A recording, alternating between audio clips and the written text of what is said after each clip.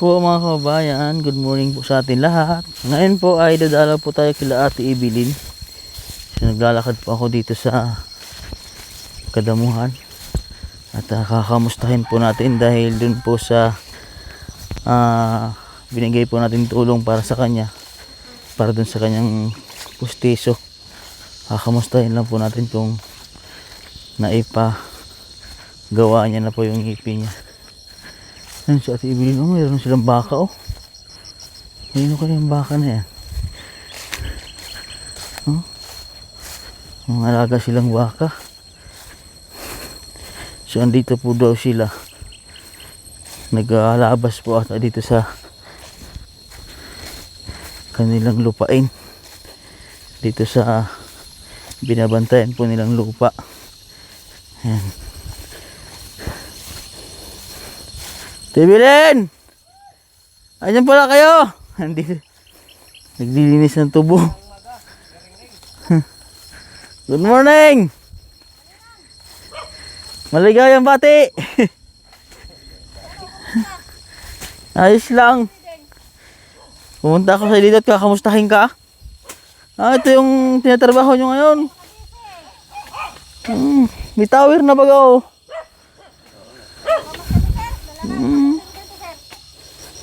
Aba, kayo lang po naglinis dito?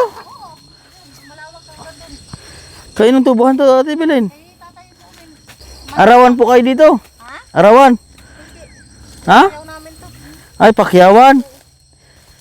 Aba. Pakyaw namin kasi walang trabaho, sir. Hindi, ito na lang muna. Napakasipag po nila. Hindi man makapaghanap buhay ng iba.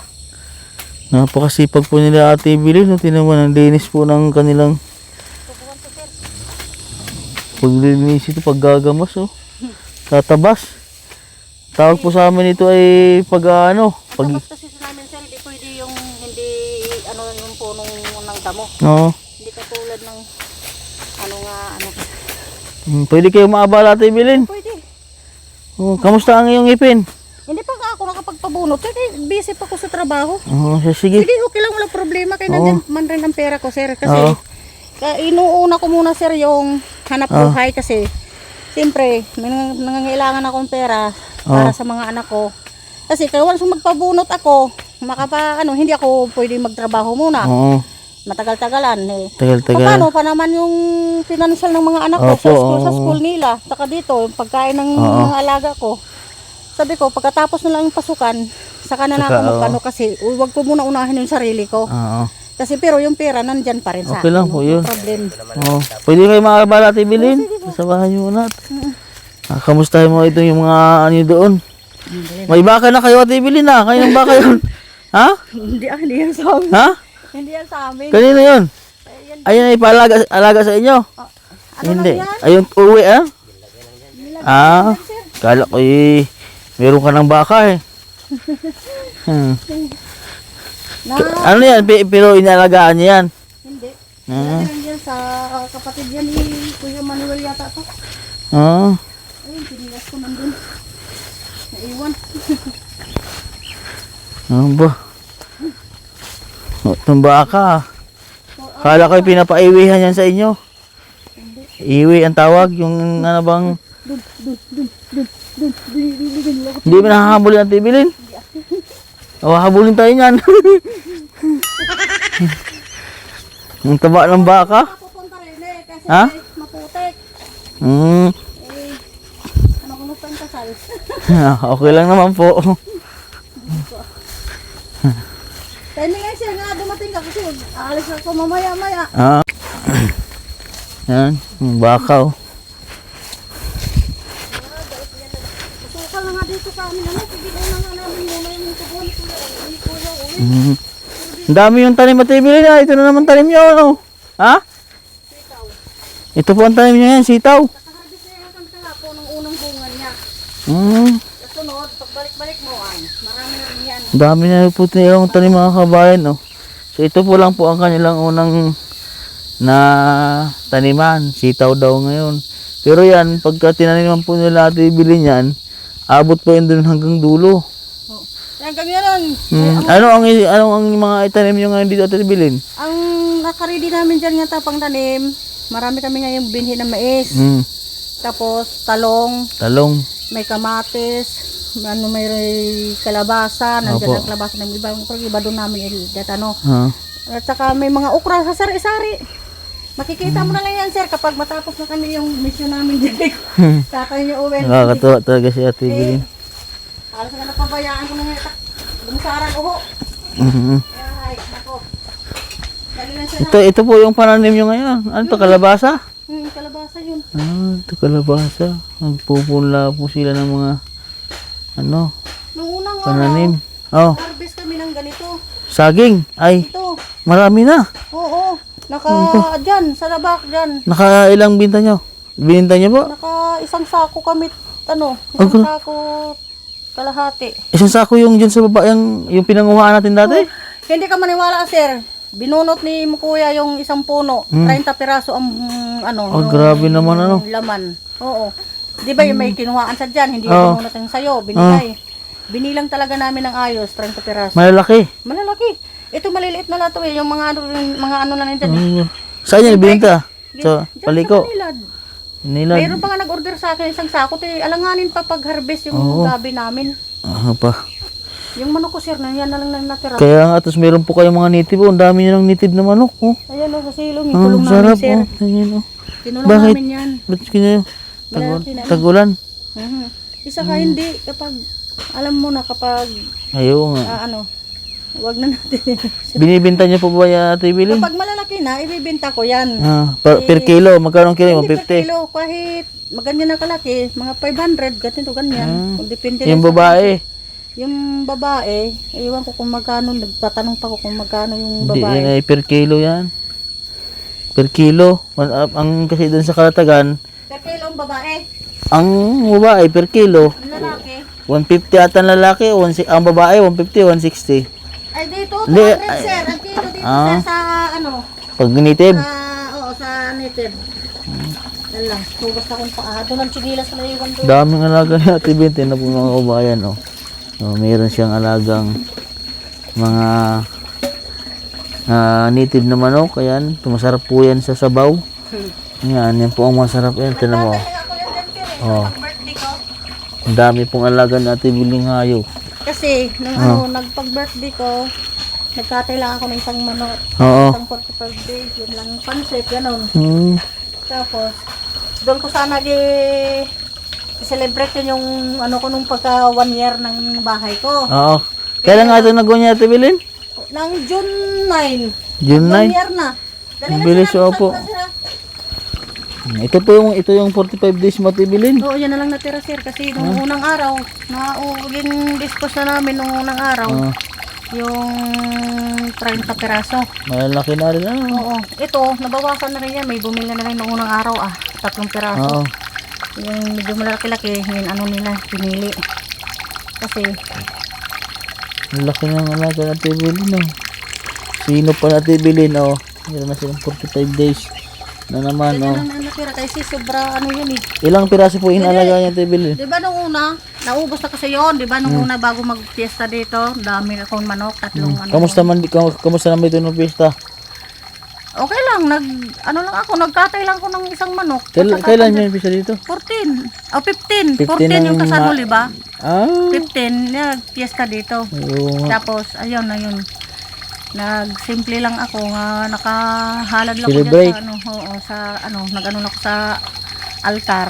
Yan, pagpapasalamat nga kasi 1 year na pala yung bahay niya, Ate Bilin. nag 1 year na sa nung 9, nung June 9. June 9. Bilis, So, congrats at 1 year na ang bahay mo. Oo nga. Ito po yung bahay nila dati mga kabayan. Yung kubo na Yung linag po namin. Yan. Ito po yun. Bahay nila dati.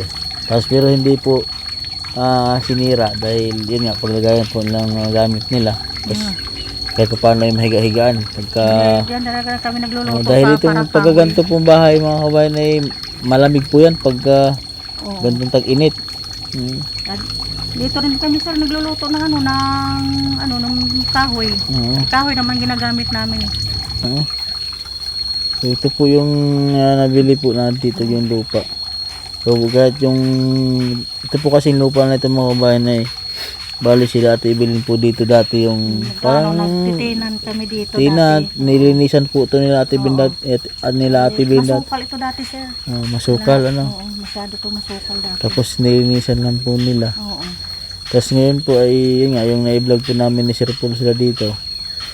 Ayun at nakiusap naman na mabili ng kakapirasong lupa sa kanila. Kalagayan niyo dito okay naman. Okay man, sir, kasi tahimik rin. Saka, Nakakaalaga, ang maganda ang kaganda. maganda dito, sir, hanap buhay talaga dito. Sa mga tao dito, baboy, manok, baka, kalabaw, kambing, ganun. Alaga Mga ng hanap mga buhay hayop. talaga dito. Subalit, malaya yung mga tao dito mag-alaga ng hayop. Oo. At saka mabilis dito mag-alaga ng mga native na manok, mabilis magparami. Oo, makarami ka ng mga manok dito. Yun din po ang bala ko, yung native na manok. Tapos, Ang ganda kasi din yan na alagaan at saka pang ulam. No? yun na, libre. Libre. Libre. So kailangan lang po mga kabayan, kapag nag-aalaga po kayo ng mga native na manok, ay nasa medyo bukid po kayo para Oo. in case na pag naalagaan nyo yung mga sisiw na maliliit, tapos pag naglaki-laki na sila, pwede na po silang pakawalan. Ayan. So libre po yun kasi yun naman po ay nakikain lang kahit saan-saan sa mga damo, kung ano po yung nakakain nila sa paligid. So yun po yung mas kagandahan pagka sa native po na Oo. Yan lang yun na kakaayos, sir. Kay kaiba lang po pagka 45 days. Talagang alagaan mo yan. alagaan. Ayan nga sabi ko nga, pagtapos ko yan binta, sir, hindi na ako magpaparami ng manok. Oo. Kapag kasi maalaga siya, tapos malakas sa Patuka. patuka Oo. sa malakas ang gastos Kailangan sa din kasi dyan meron kang papalitan ko yan, sir, ng baboy na puti. puti na baboy. Oo, pero magmamanok pa rin ako. Magdadami lang ako ng manok kapag malapit ng piyesta, may mga okasyon lang yun. Doon ako magrarami. Pero kapag lang ang buwan o araw, Oo.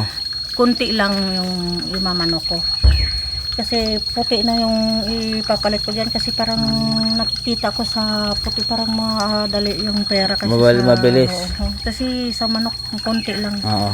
Kasi hindi ka maniniwala yung dinispose ko nung balapit mag-fiesta, 86 peraso, 2,000 lang yung tubo ko. 2,000. Oo. Saan po kayo saan po sino po? Ano mga kakilala Dito po ko. sino po ang kumukuha dito ng ng mga baboy? Mga baboy, marami rin na basta mag-hire ka lang kasi Mag-hire ng maghanap ka lang ng buyer. buyer ng baboy. Oo. Kasi yung baboy namin talaga yun, naman yun yung Yan ay native. native na halimbawa ito native ngayon, yung Mamimigay binilhan ng- namin yan nga si Pigs. Kapitan, Oh. siya mismo rin kapag halimbawa may mga biik ka, siya pa rin ang kukuha sa'yo kapag mayroon siyang customer na gusto Bibili. bibilhin kasi naglilitsyon siya eh. Ayun, Okay, doon dito- namin yung nakuha. Pero ang masakit sir yung baboy namin na isa na No. bumigti. May pakamatay. Nililipat kasi namin yan doon. Kasi Nasaan? nasira yung kulungan. Mm. Nilipat namin doon, nakalimutan namin na Ano nangyari? Namatay. hindi ka siya na tipatay na. Nasaan? Kinatay na lang. Kinatay nila. Malaki na pa naman Malaki na dyan sa ganyan sa isa. Yung itim namin nga lalaki, gagawin na sana. Sayang naman atin malaki na sana yan Oo, malaki na. Hindi, may babae naman natin, paramihin nyo na Yan lang. na lang, gawin namin inahin yan at saka palitan na lang namin yun ng kapag maubos na to yung manok ko, ito sila. Pero sa sunod na makatapos na nga ako dito gamas, bibili ako ulit ng sisiw, pero hindi na marami. Yung trabaho nyo po ngayon ay Nagagamas. paggagamas. Yan na lang yung Guhornal, ang tawag dito sa... hormonal. Kayo po ba, Ate Billy, nakalista dito doon sa... Nakalista po kayo dito sa yung mga katanggap ng ayuda? Oo. Sa yung mga Bisaya. Yung sa mga manggagapak, yung sa pagtutubo. Hindi pa. Wala man yung dito. Hindi pa Ba't ako hindi dito. nakarating sa inyo dito? Hindi pa man namin alam yun. Meron na pong nakatanggap sa balayan ay... Pero ang sabi dati, baka ang may-ari lang ng tubo. Hindi, lahat ng manggagapak to, hindi may-ari ng tubo. Lahat ng mga naggawa nga po siyempre na naapektuhan kayo sa nangyari. Crisis, oo. Oo, sa krisis Crisis nga. dito sa nagsara yung Oo. Crisis planta. talaga kung sa crisis Ngayon talaga. ay meron yung lahat na magtutubo Mm. ay may ayuda. So pagkaalam ko po ang isang, for example, dalawa kayo naggagapak Oo. sa pamilya nyo, nagtutubo. Ang bawat isa ay 10,000. Ay, ano sila dalawa silang magdala tatay. Ako dati, Ilang taon na ba yung panganay na anak ni Kamar? mag-i-80 na yun. Hindi pa pwede yun dahil dapat ay Oo, 18 ano, below. kayong dalawa dapat mag-asawa naman kayo. Oo, doon. Dati, nagagapak man talaga ako. Kita nyo man dati. Wala Isa akong pinipili. ilista nyo yung pangalan nyo. Guys, tayo, tatanungin ko Mamaya. na si tatay mo, Will. At isasama ko doon sa balayan. Oh, Kasi mama kami labianan. sige. Oo, para makasama kayo. Kaso lang pag meeting nga, kailangan mag-meeting kayo. Tanong nyo rin po kay Tatay Uwel. Oo. Ha? O, kasi Kasi sayang naman po yun. si Kuya Will ang umano dito sa tubuhan niya eh. Sabihin niyo po kay Tatay Oo, Uwel. Ha? mamaya makita ba? Lalabas mo ko mamaya. Tibilin ha. Mm. So yun po mga kabayan, ito po yung update po natin kay Tibilin. So kinamusta ko lang po yun dun sa, about dun sa kanyang ngipin. At yun nga po ang sabi ni Ate Bilin na hindi pa po siya nakapagpabunot dahil yun nga po at inuna niya po ang paghahanap buhay kasi ngayon po itagamasan, paghurnal po talaga ngayon sa mga panahon na ito. Ayan. At yun nga. At mas inuna niya yung pag-aaral, gastusan na rin ng mga bata. Ano? Oo, kasi nag-aaral kasi. Ayan, humihingi naman nga yung mga anak ko kasi clearance na eh. Oo, clearance Siyempre, na. hindi naman pwede nga hindi ko bibigyan. Ngayon, sabi ko, mag-antay-antay lang kasi clearance na talaga. Oo. Kasi, siyempre, mga bayaran nila, mga ano, kailangan nila. Sabi ko, uunahin ko muna yung paghahanap buhay kasi sa sarili ko. Oo. Kasi sa sarili ko, nandito lang rin. Yung mga pag-aaral ng mga anak ko, yung uunahin ko kasi nagki-clearance na sila. Oo. Tapos, Papasok ka na uli. oo. 2 weeks lang yata yung ano nila, yung bakasyon. nila tapos pasok na naman. Kasi hindi pwede yun, hindi pumasok yung mga dalawa kong anak eh, kasi puro na yun high school. High school na. Oo. Tsaka awa naman ng Panginoon, baka na ano naman, hindi sila mahina sa sa klase. Malalaki yung grado nila, yan lang na maging inspirasyon ko sa kanila. Lalo na yung babae ko. Matalino, magagaling. Mga 9 yung ano nila. Magagaling po. Lalo na yung babae ko. Wala kang makikita nga ano nga parakol. Ay ma'am, humihingi po ako ng pasensya nga hindi lang muna po ako nagpapabunot at nagpapakaswiso kasi inuuna ko pa po yung mga estudyante ko, kailangan ko pa po financial para sa mga anak ko po kasi ang sarili ko po nandito lang po ito, pero darating din po, wag ka po mag-alala ma'am kasi ang pera nandito, tinatago ko yan at saka hindi ko po kayo bibigyan ng kabiguan po ma'am, saka hindi ko gusto mapahiya si Seren sa kasi Master Ring na nandito lang po, pero pagdating po ng matapos na yung ano namin pasukan ng mga bata, doon ko gagawin yun ng karapat dapat.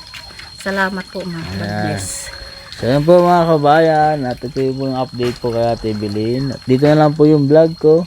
So ito po yung mga alaga ni Ate Bilin ngayon. Tapos doon po yung mga taniman niya. Ayan. So don't forget to subscribe po sa aking YouTube channel, Master Ring channel po mga kabayan. At sa lahat po ng PB team. Ayan. Sa lahat po ng hindi nag-i-skip ng ads, maraming salamat po sa inyo. Ayan po, at dito lang po ang vlog ko. God bless po at magandang umaga sa atin lahat.